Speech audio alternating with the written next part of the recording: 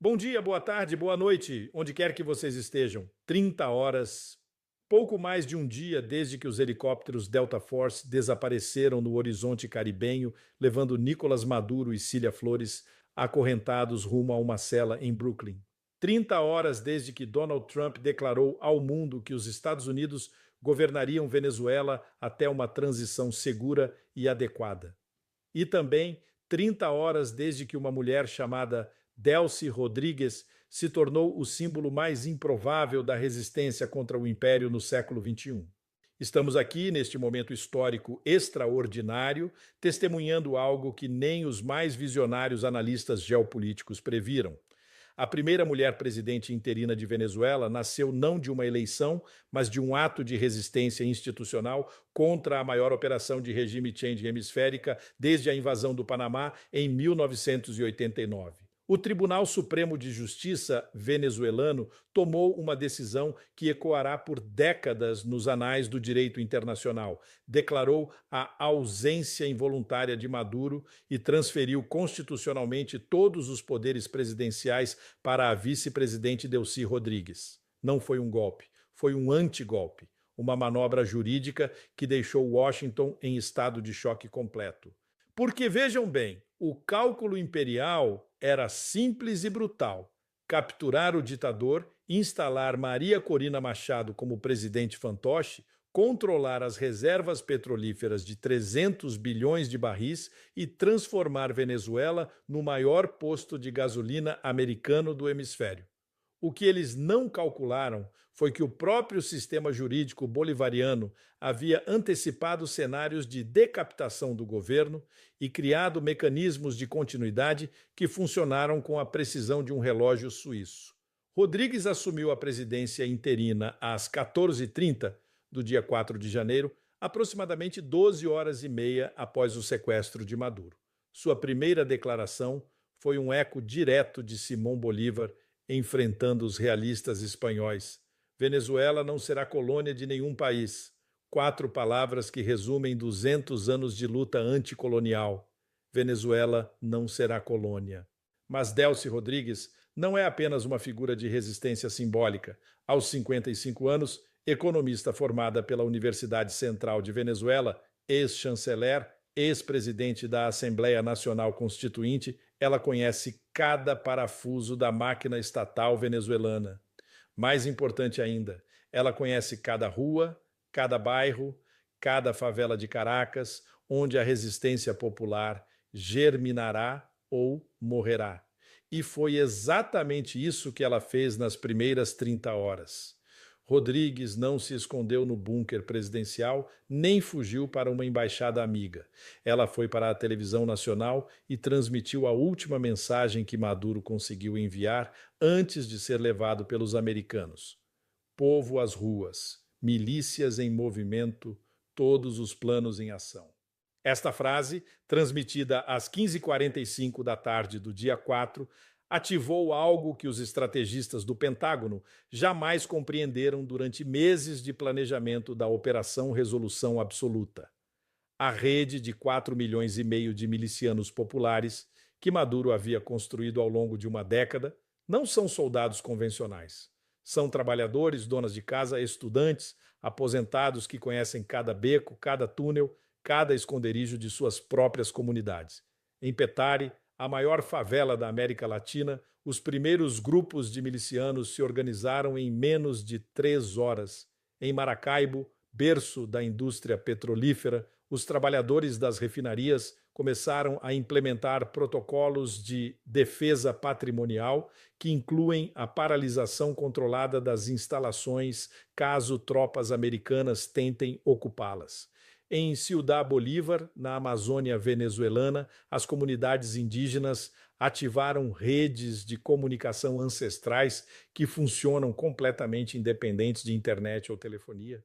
O que Rodrigues compreendeu e Trump aparentemente não é que Venezuela 2026 não é Iraque 2003. Não é um país fragmentado por divisões sectárias e tribais. É uma nação com 27 anos de Revolução Bolivariana que criou estruturas de poder popular em cada quarteirão das principais cidades. Os famosos consejos comunais não são apenas organizações sociais, são células de resistência em estado de dormência que podem ser ativadas em questão de horas, e foram ativadas. Nas primeiras 30 horas pós-Maduro, mais de 500 assembleias populares se reuniram em Caracas para coordenar o que eles chamam de resistência de bairro por bairro. Não estão planejando ataques suicidas ou guerrilha urbana convencional? Estão organizando greves rotativas, boicotes comerciais, sabotagem não violenta de infraestrutura e, principalmente, redes de comunicação paralelas que transformarão qualquer ocupação militar americana num pesadelo logístico.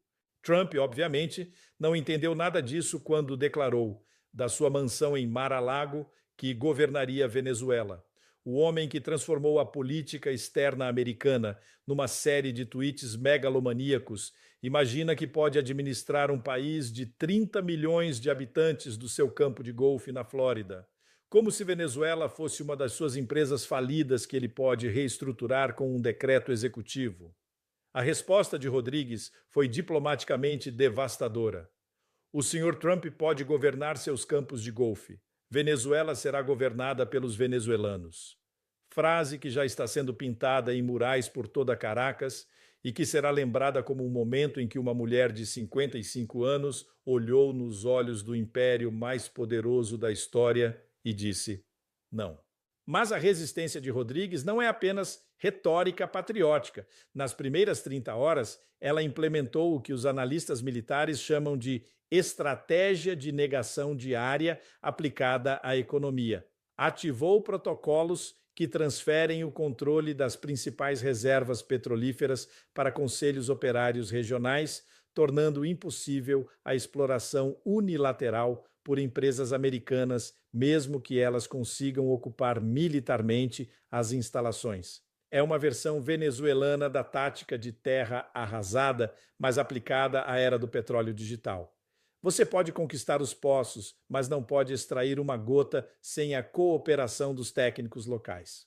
Simultaneamente, Rodrigues autorizou a ativação do sistema financeiro paralelo que Venezuela desenvolveu durante anos de sanções americanas. Em 30 horas, todas as transações governamentais fundamentais foram transferidas para plataformas baseadas em yuans chineses e rublos russos, efetivamente tirando o dólar americano da economia venezuelana de um dia para o outro. Foi o primeiro experimento de desdolarização de emergência da história e funcionou. O momento mais simbólico das primeiras 30 horas aconteceu na madrugada do dia 4, quando Rodrigues recebeu um telefonema de Sergei Lavrov. A conversa durou 47 minutos e, segundo fontes do Ministério das Relações Exteriores russo, incluiu o compromisso de Moscou de fornecer toda a assistência necessária para preservar a soberania venezuelana. Em linguagem diplomática, isso significa que a Rússia está disposta a transformar Venezuela na Síria do hemisfério ocidental. 3 horas depois do telefonema de Lavrov, o primeiro cargueiro russo Il-76 pousou discretamente no aeroporto militar de La Carlota, o mesmo que havia sido bombardeado pelos americanos na operação de captura de Maduro. A bordo, equipamentos de comunicação militar, sistemas de guerra eletrônica e, segundo fontes não confirmadas, técnicos especializados em defesa antiaérea. A mensagem para Washington era clara: qualquer escalada militar encontraria resistência não apenas venezuelana, mas também russa. A China, por sua vez, optou pela guerra econômica. Em 30 horas, Pequim anunciou um pacote emergencial de 60 bilhões de yuans para estabilizar a economia venezuelana durante a crise. Não é ajuda humanitária, é investimento estratégico. Beijing está apostando que Rodrigues conseguirá manter o controle do país e quer garantir sua fatia das reservas petrolíferas quando a poeira baixar. É a iniciativa do Cinturão e Rota chegando ao Caribe pela via do socorro financeiro de emergência. Mas o aspecto mais fascinante das primeiras 30 horas da era Rodrigues é como ela conseguiu transformar uma crise de decapitação política numa oportunidade de radicalização democrática. Em vez de centralizar o poder nas suas mãos, ela fez exatamente o oposto, descentralizou ainda mais. transferiu poderes executivos fundamentais para os conselhos comunais, autorizou as assembleias populares a tomar decisões sobre defesa territorial e criou o que ela chama de presidência distribuída, um sistema onde a autoridade central depende de legitimação constante das bases populares. É uma experiência política sem precedentes na América Latina moderna. Nem mesmo Cuba ou Nicarágua tentaram algo parecido durante suas crises existenciais.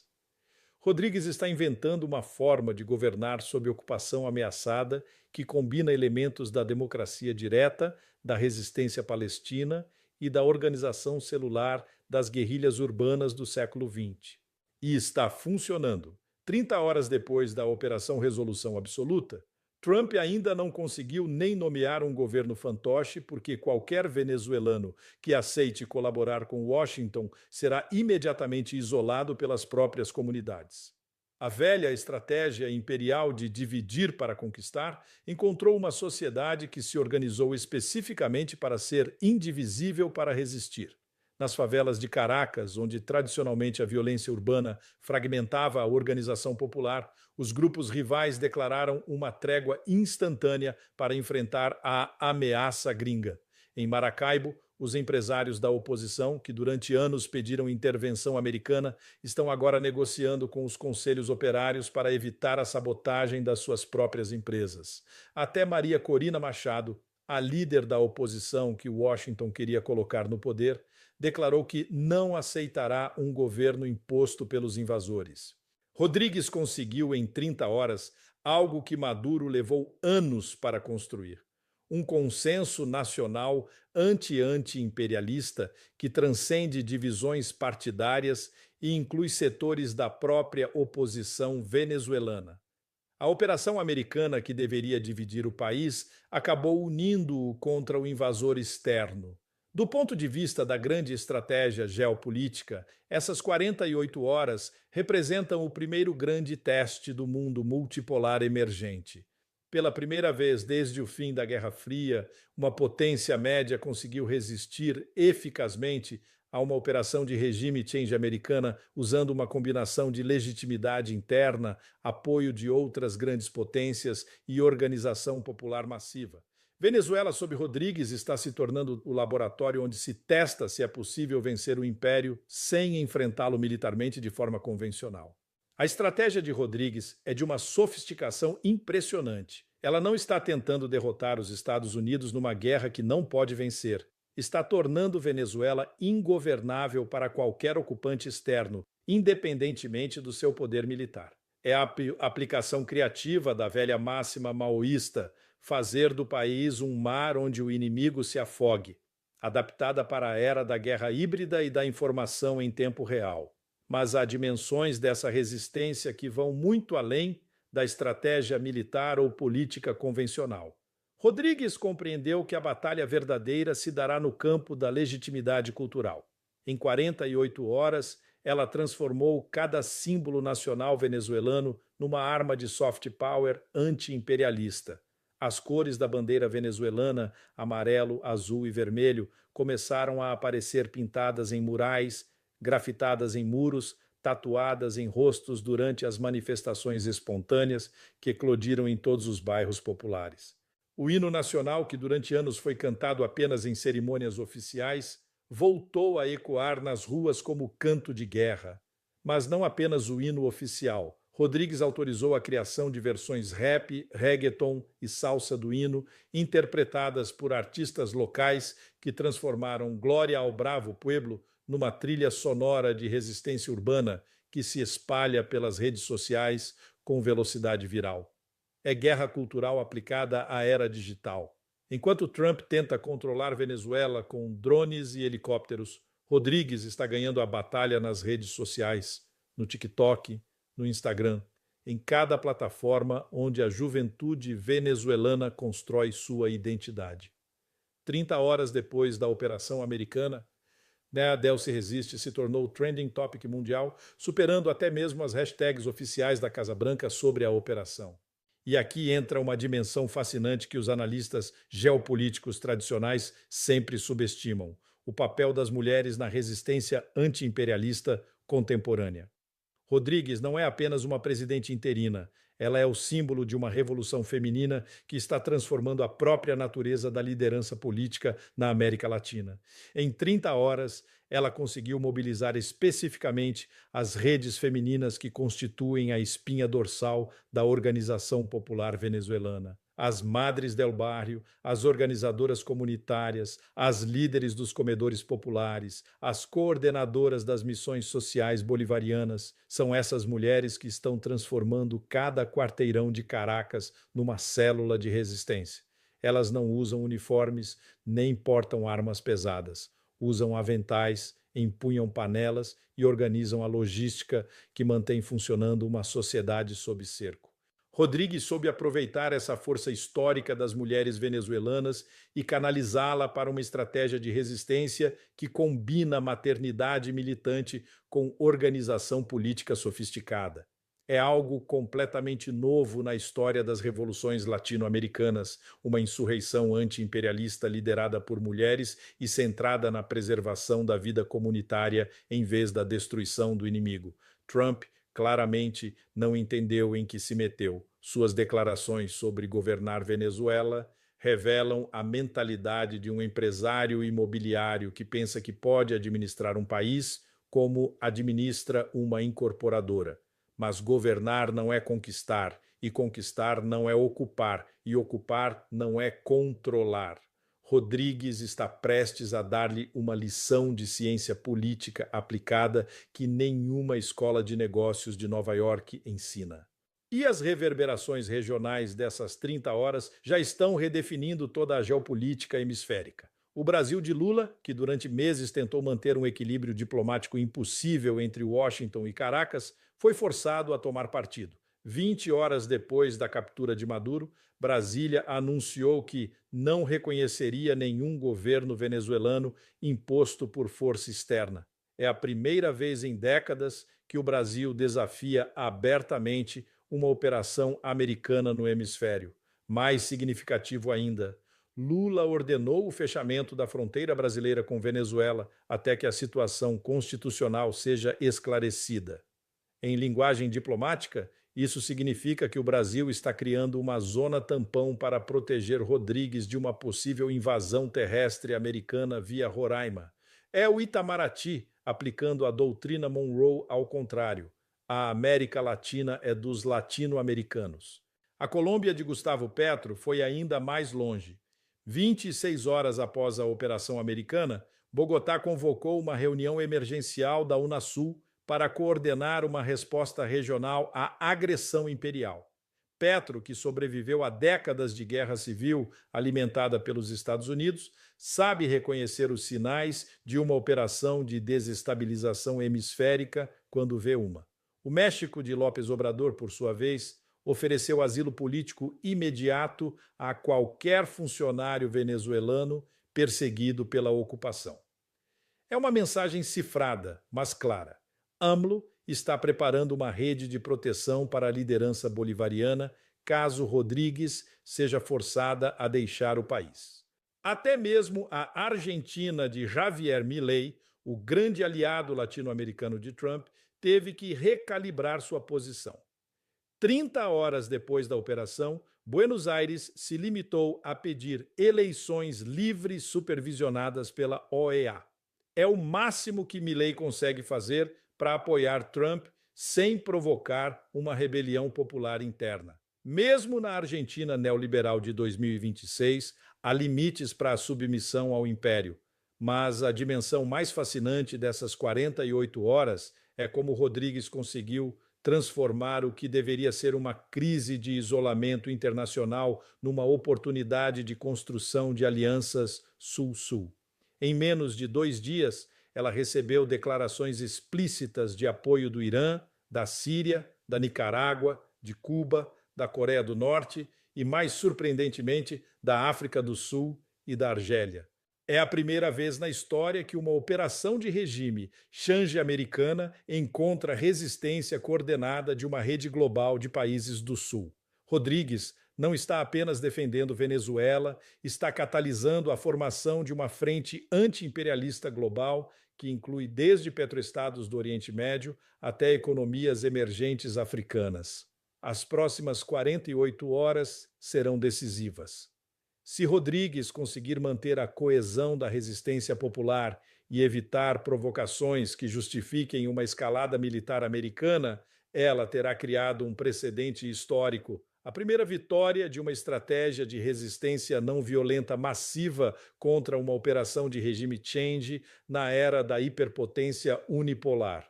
E se conseguir, Rodrigues não terá apenas salvo Venezuela. Terá mostrado a todo o sul global que é possível enfrentar o império e vencer. Terá provado que a era da hegemonia absoluta americana acabou e que vivemos agora num mundo onde a resistência organizada pode superar a força bruta. 30 horas, um dia e meio que podem ter mudado o equilíbrio geopolítico global. E no centro de tudo, uma mulher de 55 anos que olhou para o império mais poderoso da história e disse a única palavra que importa: não. Mas talvez o mais impressionante dessas 30 horas seja como Rodrigues conseguiu transformar uma crise existencial numa oportunidade de radicalização democrática. Em vez de centralizar o poder para enfrentar a ameaça externa, ela fez exatamente o oposto. Distribuiu ainda mais poder para as bases, criou mecanismos de decisão coletiva e inventou formas de governança que não existem em nenhum manual de ciência política.